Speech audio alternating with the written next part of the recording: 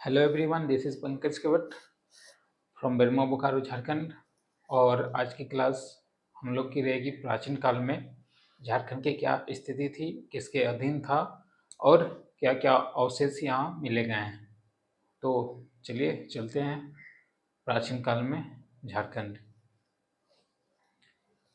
ये हमने कुछ चार्ट बनाया है प्राचीन काल की झारखंड की स्थिति। तो प्राचीन काल में झारखंड में पहला हम लोग मौर्य मौर्य काल देखेंगे।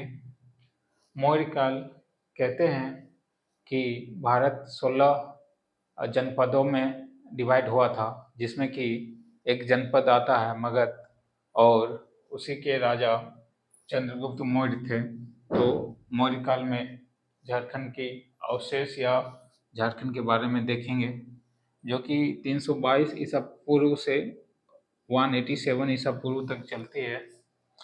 उसके बाद मौर्योत्तर काल में देखेंगे झारखंड 200 से 300 ईसा पूर्व के बीच में। उसके बाद गुप्त काल में 320 ईसा पूर्व से 550 ईसा पूर्व। उसके बाद गुप्तोत्तर काल में 500 ईसा पूर्व से 600 ईस्वी तक। तो कुछ खास और कुछ ज़्यादा टॉपिक नहीं है झारखंड प्राचीन काल में झारखंड के इतिहास को लेके, लेकिन अगर हम लोग डीपली स्टडी करें तो बहुत समय लग जाएगा। जितनी हमें पर्याप्त मात्रा में स्टडी करनी है उतनी ही करेंगे। डीपली चलेंगे तो इसमें बहुत लगभग 1 हफ्ता लग जाएगा, इसमें भी 1 हफ्ता।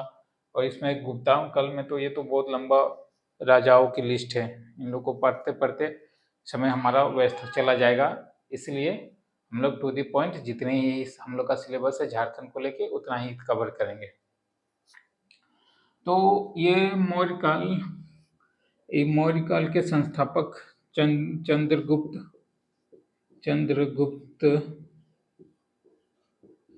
मौर्य होते हैं। चंद्रगुप्त मौर्य ये इनके संस्थापक है, लेकिन उसके चंद्रगुप्त के पीरियड में हमें नहीं जाके हमें इनके पुत्र सम्राट अशोक के पीरियड में जाना है, क्योंकि सम्राट अशोक के पीरियड में ही हमारा झारखंड इनके अधीन था। अधीन तो चंद्रगुप्त के मौर्य के पीरियड में भी था, और उस समय झारखंड अंग अंग जनपद में आता था। मैंने बताया था कि 16 जनपद उस समय के पीरियड में था। तो एक मगध जनपद था जिसमें चंद्रगुप्त के मौर्य शासक थे, और यही चंद्रगुप्त पूरे मौर्य अखंड भारत की ज्योति जला के पूरे अखंड भारत का निर्माण करते हैं। और इनके जो गुरु रहते हैं चाणक्य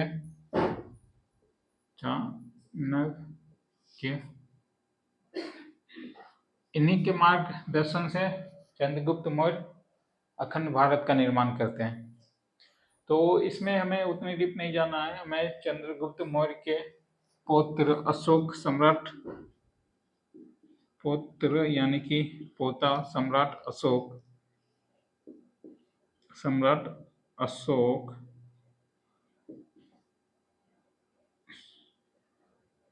अशोक के बारे में पढ़ना है झारखंड को लेके। और जिस समय सम्राट अशोक झारखंड के अधीन था, उस समय झारखंड की स्थिति यानी कि झारखंड का स्थान अंग महाजनपद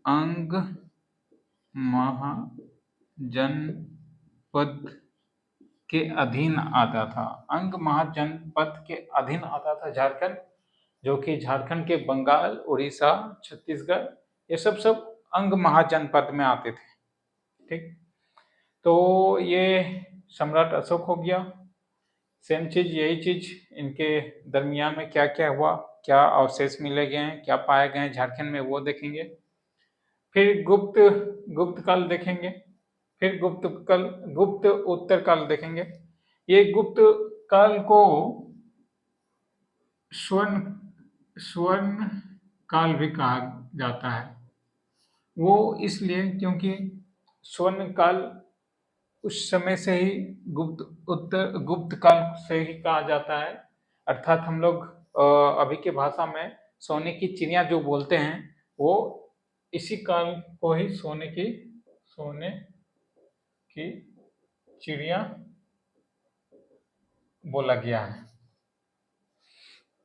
सोने की चिड़िया इसलिए बोला गया है, मैंने पहले ही बता चुका हूँ, फिर भी अभी रिपीट करता हूँ कि गुप्त काल में हमारा भारत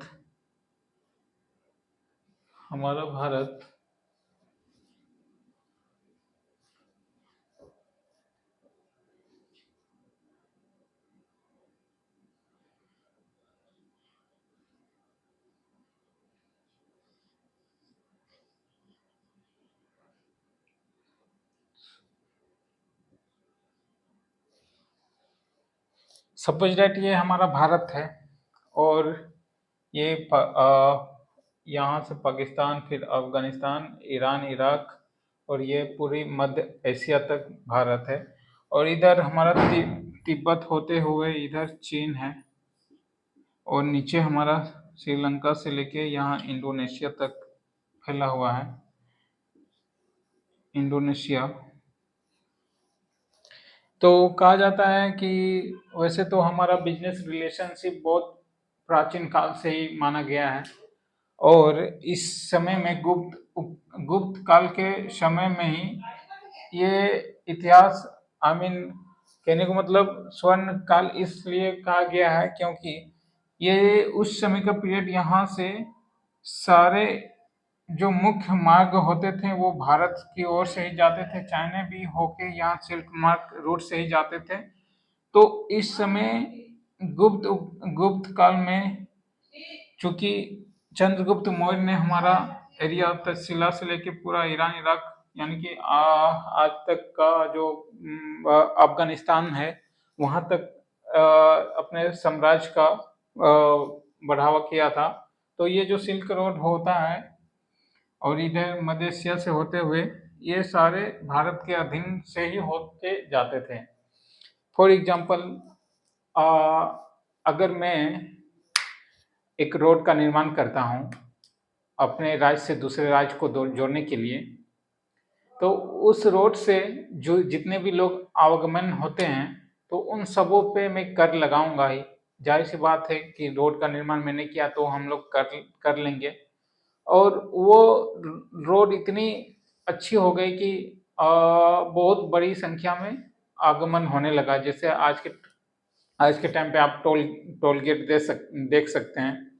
तो टोल गेट से हमें टैक्स लिया जाता है ताकि रोड की मरम्मत और कुछ अवशेष कुछ इनकम रेवेन्यू जनरेट हो सके। तो सेम इट इज उस पीरियड में भी होता था, और कहा जाता था कि ये एक और इसमें इकोनॉमी देखी गई है कि पहले के टाइम पे इकोनॉमी तो बेसिकली खाद और खनाजों पे ही वो निर्भर करती थी, मतलब किसानों पे ही निर्भर होती थी।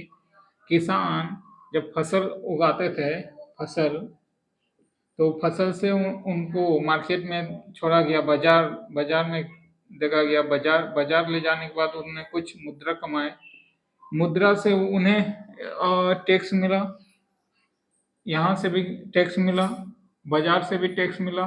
फसल आप जहाँ उगा रहे हैं, फसल जहाँ आप कर रहे हैं, उस खेत का भी से टैक्स मिला, और किसान से भी टैक्स मिला। तो ये सब बहुत सारी टैक्स हैं, कर हैं, कि गुप्त काल में अधिक अधिक संख्या में प्राप्त हो जाने से इसे स्वर्ण की काल भी कहा गया है। इसमें अगर हम लोग चलेंगे, एक क्लास गुप्त काल को ले लेंगे, बहुत अच्छी क्लास, आई मीन कहने का मतलब है आपको इंटरेस्टिंग लगेगी, क्योंकि नए नए चीज जानने के बाद लोगों को पढ़ने में भी रुचि आती है, और उसे अच्छी तरह से दिमाग में भी लोग बैठाते हैं। जेन्युइन सी बात है कि वैसे एक कहावत कहा जाता है कि अगर कोई भी बात आपके कानों पे कंटिन्यू उसे बोला जाए, या फिर कोई भी बात आप कंटिन्यू सुना जाए, तो वो उस बातों पे आदमी माइंडसेट कर लेता कि नहीं, वो जो बोल रहा है वो होगा ही, वो सत्य है तभी बोल रहा। तो इसी तरह बच्चों को जेन्युइन सी बातें बोली जाती है कि इतिहास कभी याद नहीं रहता, या फिर इतिहास बहुत बोरिंग सब्जेक्ट है। तो ऐसा नहीं है कि इतिहास बोरिंग सब्जेक्ट है। इतिहास के बारे में आप जानते नहीं हो, इसलिए आपको बोरिंग लगती है। जब आप जानने लगोगे तो आपको बहुत ही इंटरेस्टिंग लगने लगेगी। मेरे ही बचपन टाइम में जब मैं 7-8 क्लास में था, तो मुझे इतिहास की समझ नहीं थी, इतिहास भी नहीं मन था। मन क्या, सब्जेक्ट तो 9, 10, 11, 6 से ही स्टार्ट हो जाता था, तो बखूबी पढ़ना पड़ता था। तो उस समय इतिहास उतनी डीप नॉलेज नहीं आती थी, या फिर मैं समझ नहीं पाता था। लेकिन अब जो इतिहास का महत्व मैं जानने लगा हूँ, काफ़ी इंटरेस्टिंग होने लगी है। और कोई भी कॉम्पिटिटिव एग्ज़ाम में आपको इतिहास से कोई ना कोई क्वेश्चन तो रहेगा ही, श्योर है रहेगा। क्यों ना वो 40% पे रहे या 30% का मार्क्स पे रहे, लेकिन रहेगा श्योर। और बेसिकली सिविल सर्विस में तो इतिहास ही भरपूर क्वेश्चन रहता है। तो मजबूरन बोलिए या फिर आपको सिलेबस बोलिए, पढ़ना तो है, या फिर इंटरेस्टिंग लगा के बोलिए, पढ़ना तो है। तो चलिए चलते हैं आगे। हम लोग प्राचीन काल में, मौर्य काल और उत्तर काल में क्या-क्या अवशेष और झारखंड के क्या-क्या मुद्राएं पाए गए हैं। इसे गुप्त उत्तर काल में ये मुद्रा का जनन भी बोला गया है। तो हम लोग चलेंगे आगे, देखते हैं।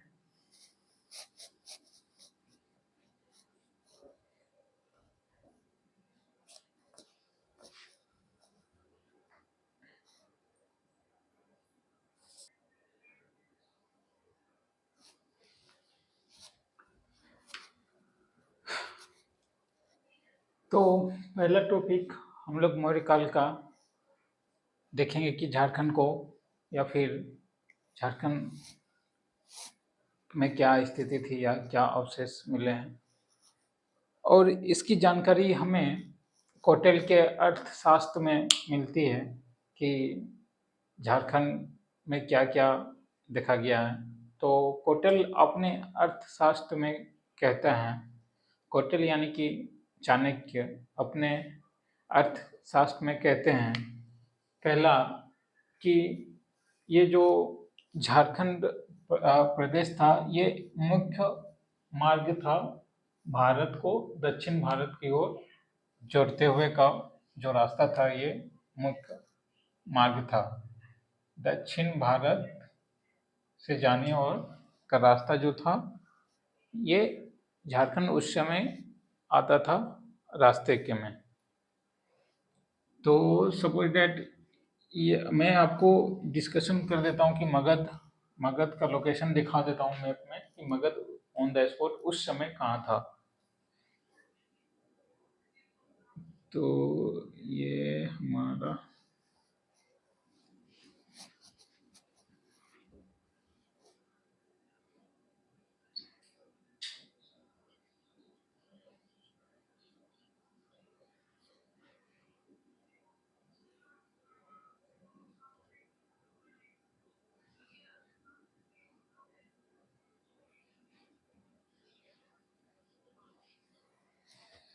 सपोज दैट ये हमारा भारत का मानचित्र है, और उस समय का मगध, ये जो लोकेशन है वाराणसी, यही मगध जनपद के रूप में देखा गया था। और ये जो इतना जो अवशेष है, इतना जो क्षेत्र है, उड़ीसा, बंगाल और झारखंड, बिहार, इसे अंग जनपद में देखा गया था। और इधर पांडु चोल वंश रहते थे, पांडु चोल वंश, ये सब वंशज रहते थे। तो इसे मुख्य मार्ग इसलिए बोला गया है क्योंकि ये जो मगध है, मगध से दक्षिण भारत जाने का जो रास्ता था, वो यही रास्ते से होके ही जाना जाता होता था। तो इसलिए ये झारखंड से होके मगध साम्राज्य से दक्षिण भारत आगमन का रास्ता था। दैट्स वाई यहाँ सेंटेंस आता है दक्षिण से मगध से दक्षिण भारत की ओर जाने वाला व्यापारिक मार्ग झारखंड देखा गया है। उसके बाद कौटिल्य अपने अर्थशास्त्र में कहते हैं कि झारखंड का जो नाम दिया गया था उस समय कुक्कट नाम दिया गया था। झारखंड को कुक्कट नाम कौटिल्य अपने अर्थशास्त्र में लिखे हुए हैं और इसे कुक्कट प्रदेश भी बोलते थे। कुकुट प्रदेश उस समय की बात था जब इनफैक्ट उस समय तो काफ़ी पुराने प्राचीन काल में आप रिसेंटली देख लेना कि झारखंड का नाम ये झाड़ियों के बीच से ही रखा गया है, क्योंकि यहाँ बहुत जंगल और झाड़ी पाए जाते थे बहुत लंबे लंबे तक। यहाँ इतने घनत्व जंगल की मात्रा देखे गए हैं कि आप उस समय की पेड़ में अगर एक पेड़ से दूसरी पेड़ की डिस्टेंस देखते तो इतने घनत्व होते हैं कि 6 मीटर के रेडियस पे आपको दूसरी दूर तक दिखाई नहीं देती। इतने झाड़ और जंगल यहाँ पाए जाते थे। 6 मीटर आप समझ सकते हो, 6 कदम की दूरी पे आपको कोई चित्र या फिर कोई वस्तु नजर नहीं आती थी, इतनी जंगल और इतनी झाड़ होती थी। तो फिर धीरे धीरे इवोल्यूशन आया, धीरे धीरे विकास हुआ, पेड़ों जंगलों कटने लगे। मैक्सिमम अंग्रेज के टाइम पे पेड़ों को काट के उपजाऊ खेत बनाए गए हैं, जो कि यहाँ के झारखंड के मूलवासी लोग पेड़ों को काट के अंग्रेजों के आदेश अनुसार क्षेत्र बनाते थे और गांव बसाते थे। तो मौर्य काल में ये कुक्कट नाम से झारखंड को देखा गया है, जो कि चाणक्य ने अपने अर्थशास्त्र में लिखा गया है, कहा गया है। अब इतने बड़े साम्राज्य यानी कि अंग जनपद में ये झारखंड आता था, तो यहाँ पे आटविक नाम का एक पद स्थान होता था। जैसे आप आज के टाइम पे पोस्ट बोल सकते हैं या फिर डेजिग्नेशन बोल सकते हो कि आप किस डेजिग्नेशन में हैं, किस पद पे हैं। तो उस समय पद को हम लोग आटविक नाम से कौटिल्य के अर्थशास्त्र में देखा गया है। मैंने ब्रैकेट में लिख दिया, ये एक पदाधिकारी था जो कि ये जो क्षेत्र था झारखंड जो क्षेत्र था इसके अधीन देखभाल, मतलब झारखंड को देखभाल करने के लिए, आप सीधी सादा आज की भाषा में देखभाल बोल सकते हो, देखने के लिए। और फिर आप देखभाल करने के लिए बोल सकते हो, या फिर कर वसूली करने के लिए भी बोल सकते हो आप। और फिर शासन के रूप में भी बोल सकते हो। पूर्ण पर्याप्त रूप से आप इसे बोल सकते हो कि यहाँ के सामंत नहीं बोलेंगे, लेकिन एक पदाधिकारी घोषित है जो यहाँ की सारी सूचनाएं को मगध साम्राज्य मौर्य काल के उस समय का मगध साम्राज्य चंद्रगुप्त मौर्य था। तो जो भी यहाँ की सूचना या फिर कुछ भी जानकारी होती थी, तो यही आटविक ही चंद्रगुप्त को सूचना या फिर अवगत कराते थे। आप लोग लिखते चलिएगा। इस समय अगर यहाँ से अगर क्वेश्चन देखा जाए झारखंड जेसीसी या फिर जेपीएससी के विभिन्न क्षेत्रों से अगर क्वेश्चन देखा जाए, तो क्वेश्चन अगर बोल दिया जाए कि कौटिल्य के अर्थशास्त्र के अकॉर्डिंग झारखंड का नाम बताइए, तो बहुत सारे नाम दे देंगे। नोमेनक्लेचर में हम लोग देखा है, तो बहुत सारे नाम दे देंगे, तो उसमें से एक ऑप्शन हमारा कुकट रहेगा। तो डेफिनेटली अगर आप पढ़े होंगे तो कुकट ही ऑब्जेक्टिव में राइट आंसर करके आइएगा। फिर आप लोग लिखते चलिए, लिखने से मेमोरी ज़्यादा याद रहती है। फिर कौटिल्य ने अपने अर्थशास्त्र में कहा गया है कि इंद्र नावक, ये इंद्र नावक एक नदी के रूप में लिखा गया है, जिससे हीरे की उत्पन्न होती है। हीरो की उत्पन्न होती है। इंद्र नावक आज के टाइम पे हीरो की उत्पन्न होती है। ये शंख, आज के समय में ये शंख नदी बोला जा सकता है। आप इसे शंख नदी बोला जा सकता है। फिर इसी इब्र नदी से ही नाम से बोला जाता है।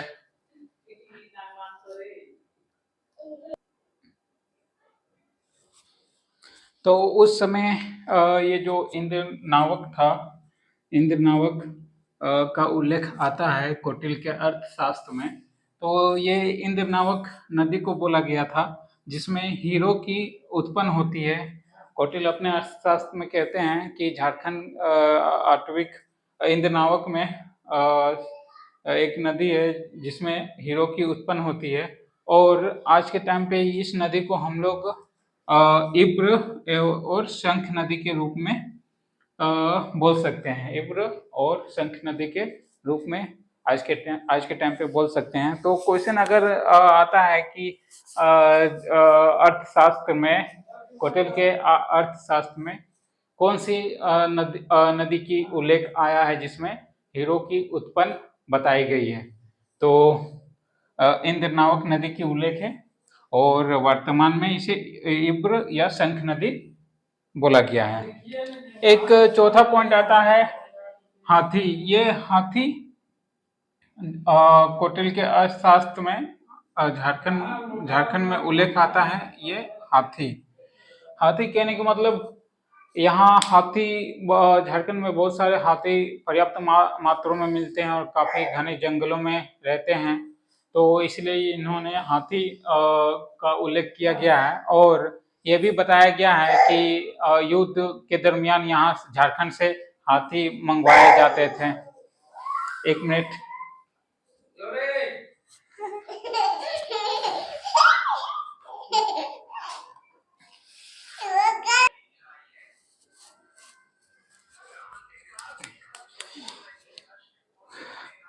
तो हमने कौटिल्य के बारे में और चंद्रगुप्त के पीरियड में झारखंड को देखने का प्रयास किया। अब हम लोग अशोक के टाइम ड्यूरेशन में आते हैं। अशोक के पीरियड में क्या क्या उल्लेख है, और मैं आपको अशोक के बारे में कुछ बातें रखता हूँ कि एक अशोक ही था कि अखंड भारत से भी ज़्यादा क्षेत्र ये अपने कब्जे में कर लिया गया था। इनका क्षेत्र मध्य एशिया यानी कि तुर्की तक भी, सीरिया तक भी देखा गया है। इन्होंने सीरिया तक अपना क्षेत्र बढ़ाया था।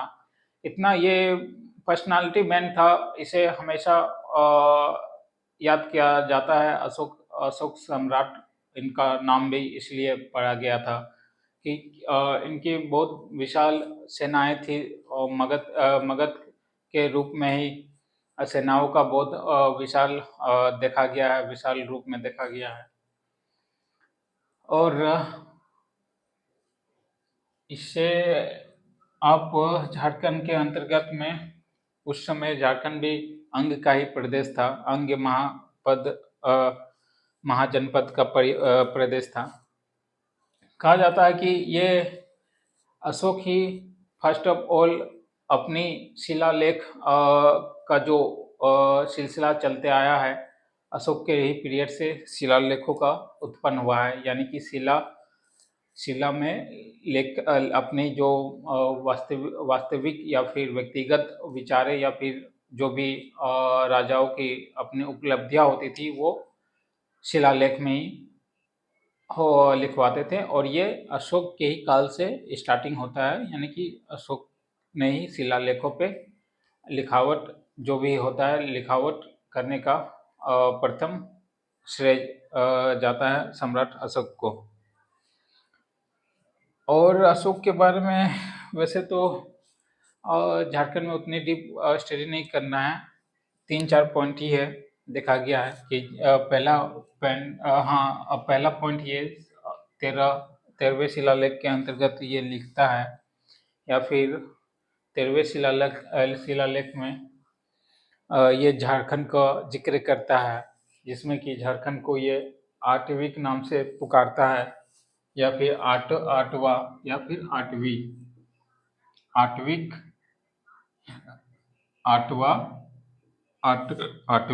ये 13वें अपने शिलालेख में ये उल्लेख देखने को मिला है।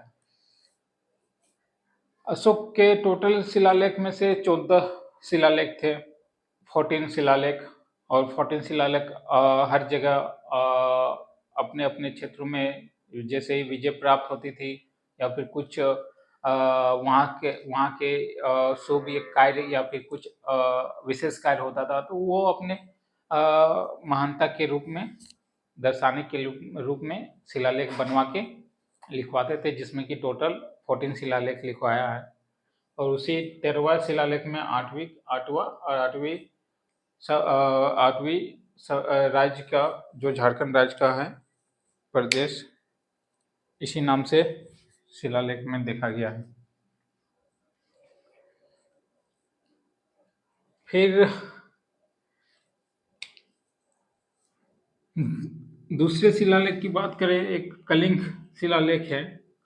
कलिंग शिलालेख में अशोक ने झारखंड प्रदेश में यानी कि आठवीं प्रदेश में धम नीति की बात कही गई है। धम की बात कही गई है, यानी कि धम की बात। ये धम क्या होता है? धम एक प्रकार के नीति है। धम नीति बोल सकते हो या फिर नियम बोल सकते हो। जेन्युइन धम नीति ही बोलिए, नीति है।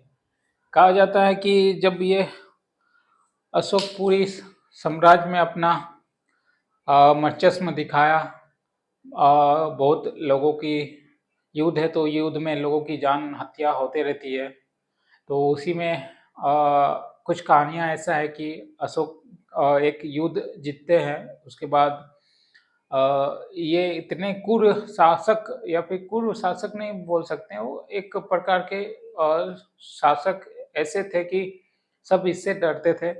और यहाँ तक भी इन्होंने किसी को भी नहीं छोड़ा, बच्चा से लेकर महिलाओं तक। और जिस साम्राज्य में ये आक्रमण करते थे उस साम्राज्य का सत्यानाश कर देते थे। तो उसी में युद्ध के दरमियान विजय प्राप्ति के बाद एक बच्चा इनके समीप आता है, और वो बच्चा समीप आने पे जब देखता है कि सम्राट अशोक आ रहे हैं, तो वो बच्चा इनसे दूर भागता है। बस उसी मोड़ में अशोक बहुत गहरी चिंतन करने के बाद इन्होंने अपनी बौद्ध धर्म में प्रवेश की, और बौद्ध धर्म और संन्यास लेके बौद्ध धर्म के अनुयायी बन गए, या फिर बौद्ध धर्म अपनी प्रचार प्रसारक बन गए। तो उसी में ये धम्म की बात करते हैं। धम्म बौद्ध धर्म में आ जाने के बाद ये झारखंड में धम्म की बात, यानी कि झारखंड वासियों से कहते हैं कि आप धम्म की नीति को फॉलो करें। तो ये धम्म की नीति क्या है? धम्म की नीति आप यहाँ देख सकते हो, मैंने लिखा हुआ है। आपस नवे बहकायाने दया दाने, सच्चे सनिय माधवे साधुवे चा। ये अशोक की धम्म नीति है। इसका मतलब क्या होता है? उपास्य नवे मतलब अल्प खाना खाइए, यानी कि थोड़ी खाना खाइए। ये अल्पपान बोला गया है, इसका मतलब अल्पपान। और बहकायाने मतलब अधिक कल्याण कीजिए। आप जितना कल्याण कर सकते हैं वो लोगों के हित में कल्याण कीजिए। फिर दया दाने मतलब दान पान कीजिए। उसके बाद सच्चे संयम मतलब सच बोलिए। उसके बाद माधुर्य में मधुरता रखिए अपनी बातों पे। और सच्चे साधुवे च ये साधुवे च मतलब सत्यवादी सत्यवादी बनिए।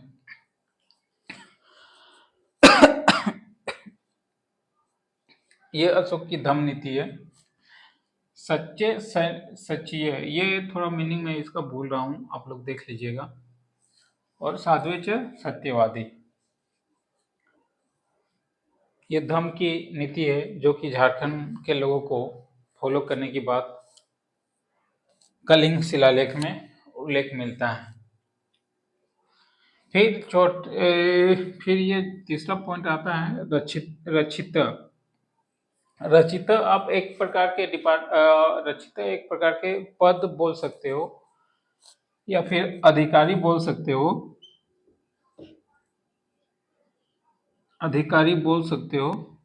जो बौद्ध धर्म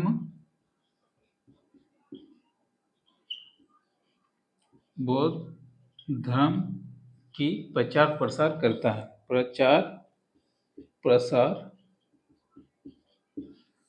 है।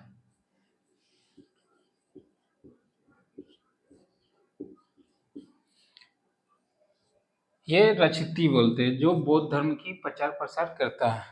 बस झारखंड के इतिहास में अशोक के काल में इतना ही देखना है। 3 ही वर्ड 13वें शिलालेख में अटविक बोलते हैं। अटविक ठीक कलिंग शिलालेख के अंतर्गत झारखंड राज्य को धम्म नीति को फॉलो करने के लिए कहा गया है।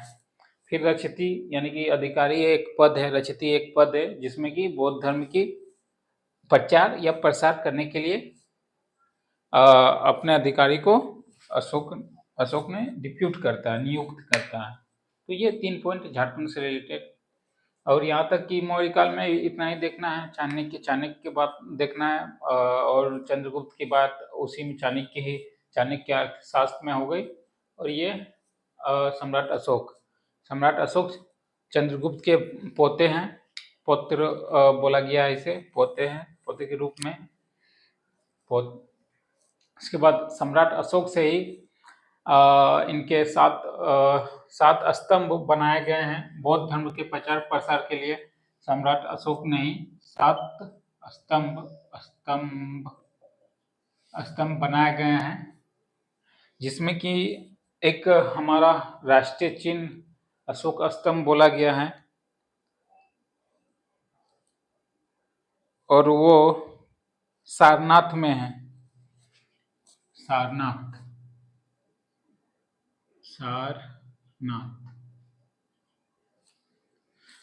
यानी कि अशोक ने 7 स्तंभ बनाए बौद्ध धर्म के प्रचार प्रसार हेतु।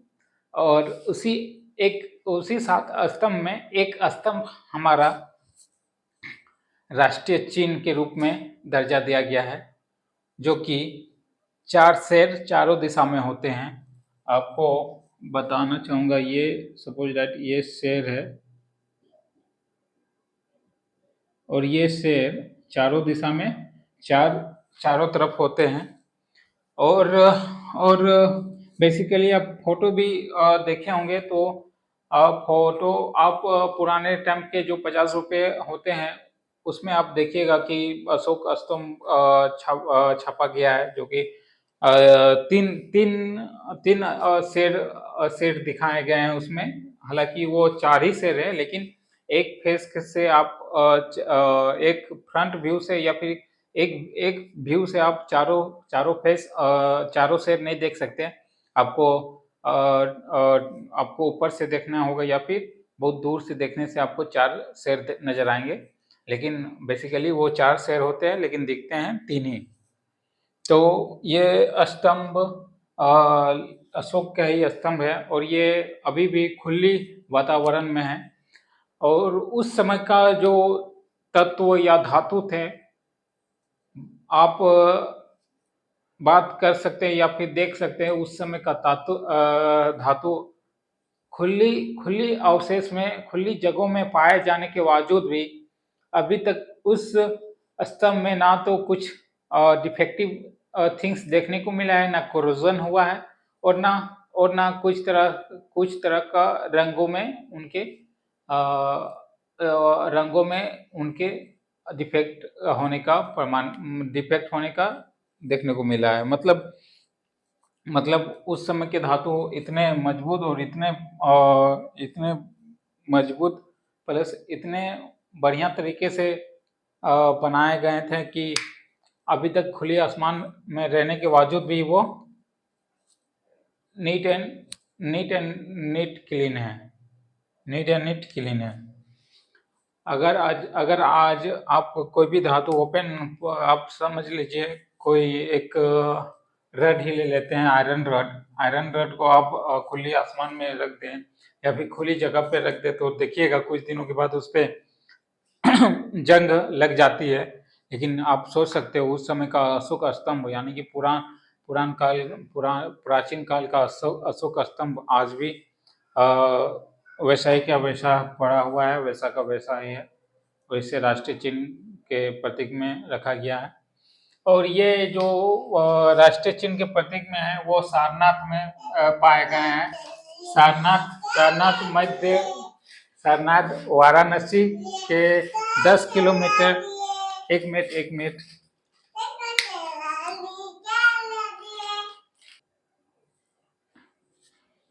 हाँ, तो ये सारनाथ जो राष्ट्रीय चिन्ह अशोक स्तंभ है वो सारनाथ में अशोक ने बनवाया था। और सारनाथ ये वाराणसी क्षेत्र में है। लगभग 12 या 15 किलोमीटर के रेडियस में वाराणसी से होकर सारनाथ क्षेत्र में है। और ये अभी भी स्तंभ आपको देखने को मिलेंगे, ये कंटिन्यू देखने को मिलेंगे। फिर ये हमारा मौर्य काल कंप्लीट हो चुका है। अब हम लोग मौर्योत्तर काल में आएंगे कि झारखंड में मौर्योत्तर काल क्या था और क्या क्या उल्लेख या फिर क्या क्या देखने को मिले हैं। तो मैं रब कर देता हूँ इसे।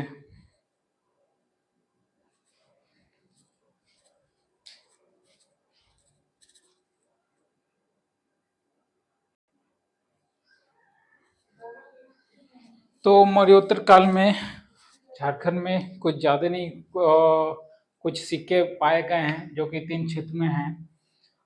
सिक्के यानी कि प्राचीन काल के जो सिक्के मिले हैं, सिक्के के अवशेष मिले हैं या फिर सिक्के मिले हैं, वो मौर्योत्तर काल में झारखंड में मिले हैं। तो मौर्योत्तर काल में झारखंड में सिक्के जो मिले हैं वो कहाँ कहाँ मिले हैं और कैसे मिले हैं। एक्चुअली उस समय के पीरियड में विदेशी आक्रमण होते थे या फिर होते रहते थे। प्राचीन काल में से ही विदेशी आक्रमण, और अभी तक आधुनिक काल में भी आप लोग विदेशी आक्रमण में देखेंगे बाबर, अकबर, गजनबी, ये सब आक्रमण हुए हैं। तो कहीं ना कहीं उस पीरियड में भी हमारे साम्राज्य में या फिर हमारे भारत में आक्रमण हुए होंगे, तब जाके वो सिक्के वहाँ से यहाँ देखने को मिले हैं, वहाँ के सिक्के यहाँ देखने को मिले। या फिर आक्रमण के बाद बहुत सारे ऐसे संधि भी होती थी जो कि व्यापारिक संधि के रूप में देखा गया था। जैसे हुन आक्रमण हुआ था, तो आक्रमण होने के बाद हुनों ने यहाँ अपनी सत्ता स्थापित की। उसके बाद अपने जो मध्य एशिया से यहाँ तक का व्यापार संबंध बनाया और सिक्कों का आदान प्रदान हुआ। इसके साथ साथ संस्कृति के भी आदान प्रदान हुए। बहुत सारे रहन खान में भी, पोशाक, ये सब में भी आदान प्रदान संस्कृति सारे होते रहते थे। तो हुनों के द्वारा भी सिक्कों यहाँ देखने को मिले हैं। फिलहाल अभी झारखंड के बारे में बात करते हैं तो झारखंड में विदेशी आक्रमण में हुए होंगे और विदेशी आक्रमण अपनी सत्ता स्थापित करने के लिए यहाँ आक्रमण करते थे। तो उसी के दरमियान में यहाँ सिंहभूम में रोमन साम्राज्य के सिक्का पाए गए हैं। रोमन साम्राज्य के सिक्का पाए गए हैं। आपको बता दूं ये रोमन साम्राज्य कहाँ है। ये रोमन साम्राज्य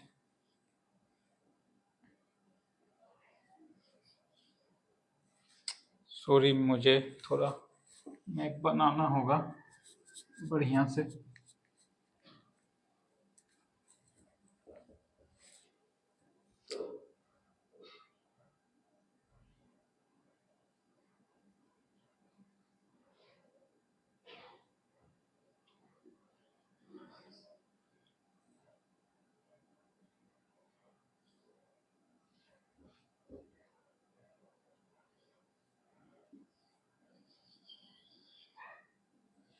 ये हमारा भारत का मैप, ये अफगानिस्तान, पाकिस्तान, फिर यहाँ से सीरिया, इटली, और ये जो यूरोप कंटिनेंट है, यूरोप कंटिनेंट है यह, यानी कि बोलचाल के भाषा में इसे हम लोग मध्य एशिया बोलते हैं, एशिया। यहीं पे ये रोम साम्राज्य का क्षेत्र था, यानी कि रोम साम्राज्य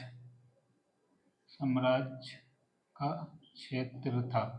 यानी कि प्राचीन काल में भी झारखंड, यानी कि यहाँ मगध यहाँ, और ये अंग इतना क्षेत्र, यानी कि झारखंड।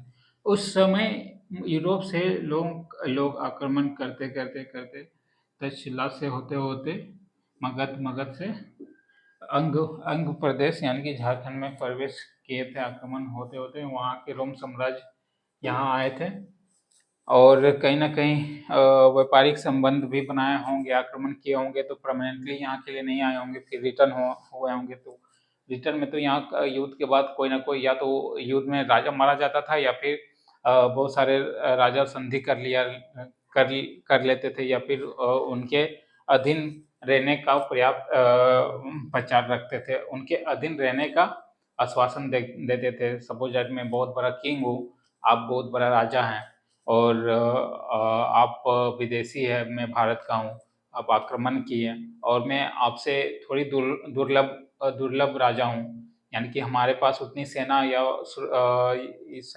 या फिर सेना की टुकड़ी, या फिर पर्याप्त मात्रा में लड़ने के लिए कोई शस्त्र नहीं है। तो मैं अपनी चालाकी से अपनी सत्ता को कायम रखने के लिए, स्थापित रखने के लिए आपसे युद्ध ना करके आपसे संधि कर लेता हूँ कि आपको मैं इतने कर दूंगा, वार्षिक कर, यानी कि वार्षिक उपहार इतने दूंगा। और संधि के विषय में बहुत सारे कथन लिखे रहते हैं। अशोक ने भी संधि करा था सीरिया के राजकुमारी से शादी करके, वहां से व्यापारिक अपनी संधि बनाई थी। इसी तरह लोग पहले के टाइम पे अपने क्षेत्र का बढ़ावा करते थे। तो उसी समय विदेशी आक्रमण में सिंहभूम जिले में रोम साम्राज्य के सिक्के पाए गए हैं।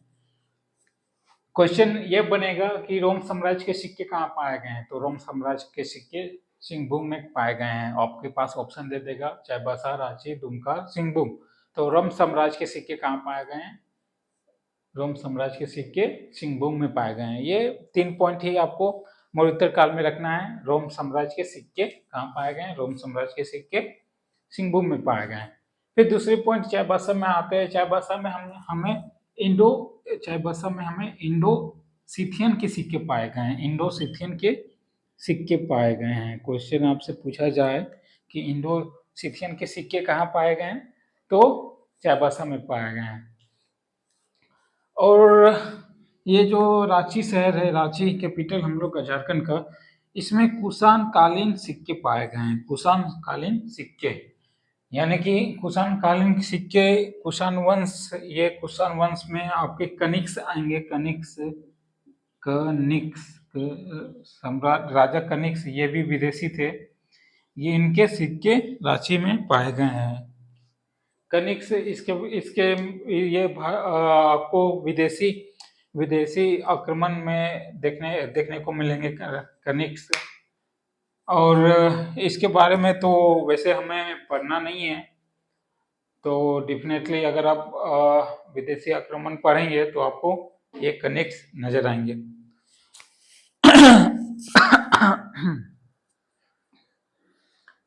कनिक्स कहाँ के थे, मैं थोड़ी बहुत आपसे डिस्कशन कर देता हूँ।